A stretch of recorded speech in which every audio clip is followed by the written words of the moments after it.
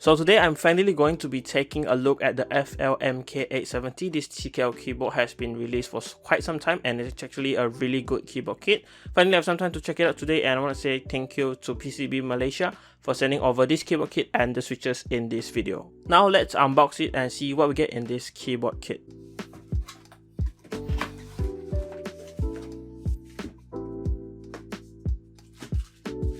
So the first thing we can see, of course, is this cover right here. So this is just a normal plastic cover for this keyboard. Really nice that it's included so it can protect it from dust and everything after you're done using your keyboard for the day. And of course, the second thing included is this manual right here about the keyboard, and it shows you the layout of the keyboard right here on the front page, all of the functions and combinations for the keyboard, and how the software looks like and how to use it. Besides that, another paper you'll get is this warranty card right here, so you can just fill it out if you want to.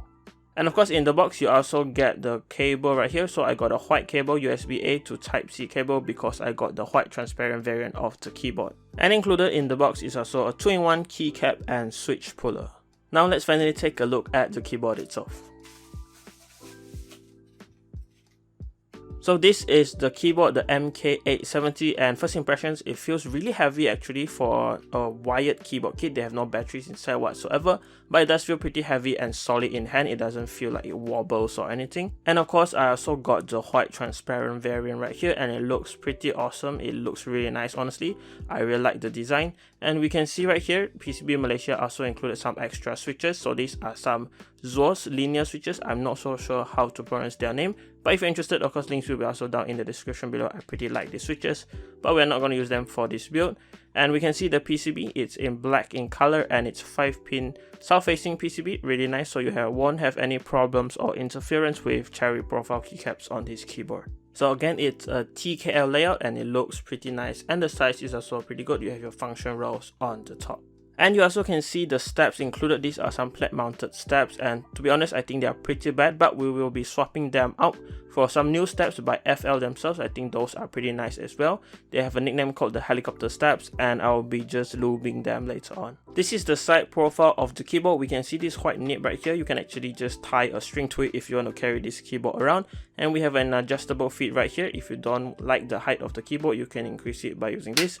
And overall, you can really see the PCB and the design of the keyboard because it's transparent. I think it looks really cool. And this is the top part of the keyboard. Again, really nice transparent look to it. And you can see the Type-C connection port right here, a little bit off-centered to the right side. Same thing with the front of the keyboard. You can kind of see through it and it looks awesome. And this is the back of the keyboard. You can see the feet right here, which you can lift up, and you can see the 3 non-slip feet on the bottom and FL branding in the middle. And of course, you can see the back side of the PCB, really nice. Let me just plug it in and show you guys how it looks like with the RGB on. So the RGB looks pretty nice from the front. It looks pretty normal, and actually from the sides and the back you can't really see the RGB. There is a little bit of diffusion, but it's not that transparent as you think or that bright as you think. And with the keyboard covered, now let's start modding it. I will not be opening it up because we can actually see from the transparent casing there's not much space anyways in the back, and it looks pretty good to me. So we will be just swapping out the steps and then lubing the new ones and putting everything into the keyboard. So now let's just start that and take out the old steps and the switches included.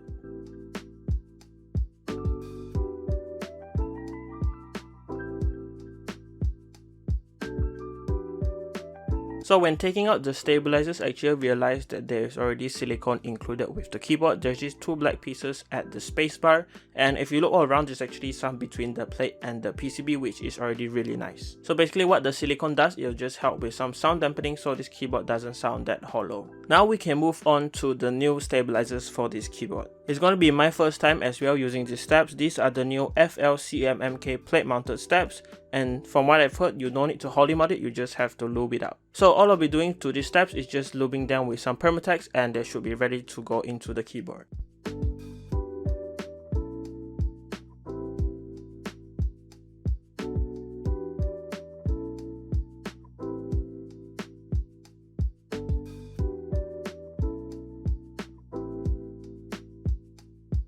And once you've done with all of your steps right here, we can now put it onto the keyboard and mount it to the plate.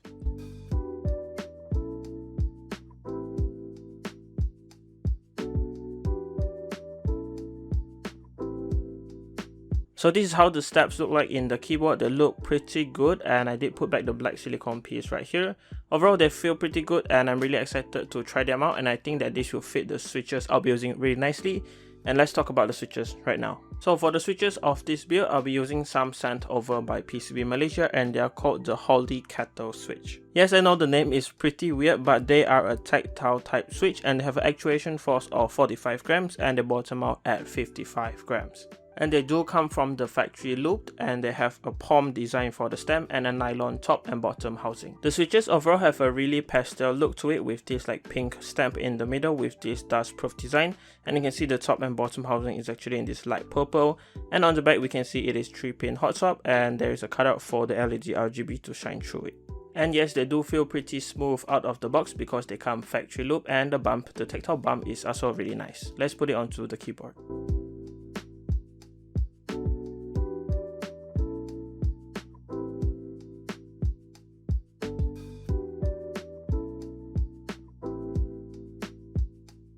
So this is what the keyboard looks like with all of the switches in place. They do look pretty good, but with the keycaps I think they will look better. And I must say that they do fit the stabilizers really nicely. They have this kind of pink hue in the middle for the stem.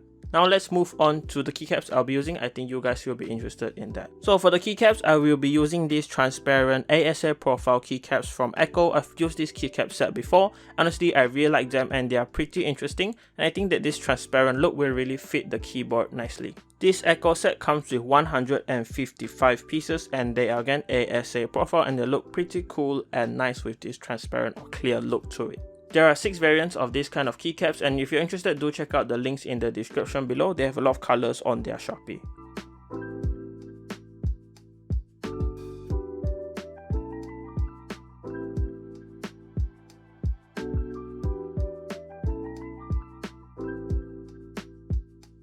And this is what the final build looks like. Honestly, it looks pretty good to me, but I think it would look better if we actually had some transparent or clear switches and stabilizers.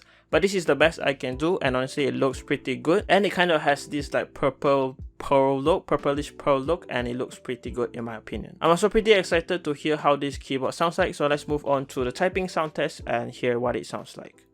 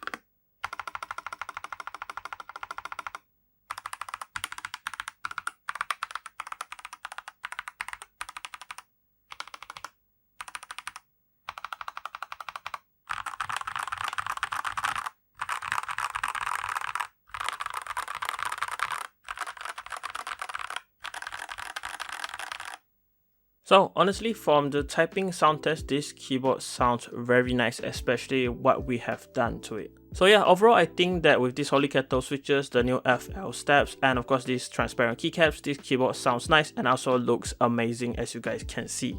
And I also believe that you can find this keyboard kit, the MK870, starting from around 200 to 300 ringgit. And with all of the features it has, like a really nice build quality and design, the software, and also the south-facing PCB, I definitely think this is a very good TKL budget keyboard. And if you're interested in anything used in this video, check out the links in the description below. I'll be adding everything there. Also, I want to say a huge thank you to PCB Malaysia for providing some stuff in this video. They've been supporting my channel for quite some time, and we have some more future projects coming again from them. I also want to personally apologize to them because I actually had to delay this video for quite some time because I was handling some personal stuff. And of course, their links will be down in the description below as well. So yeah, that has been it for this video, guys. Leave a like on this video if you liked it. Dislike this video if you didn't like it. Subscribe to my channel if you haven't. I have more content like this coming very soon. And as always, thanks for watching. Goodbye, guys.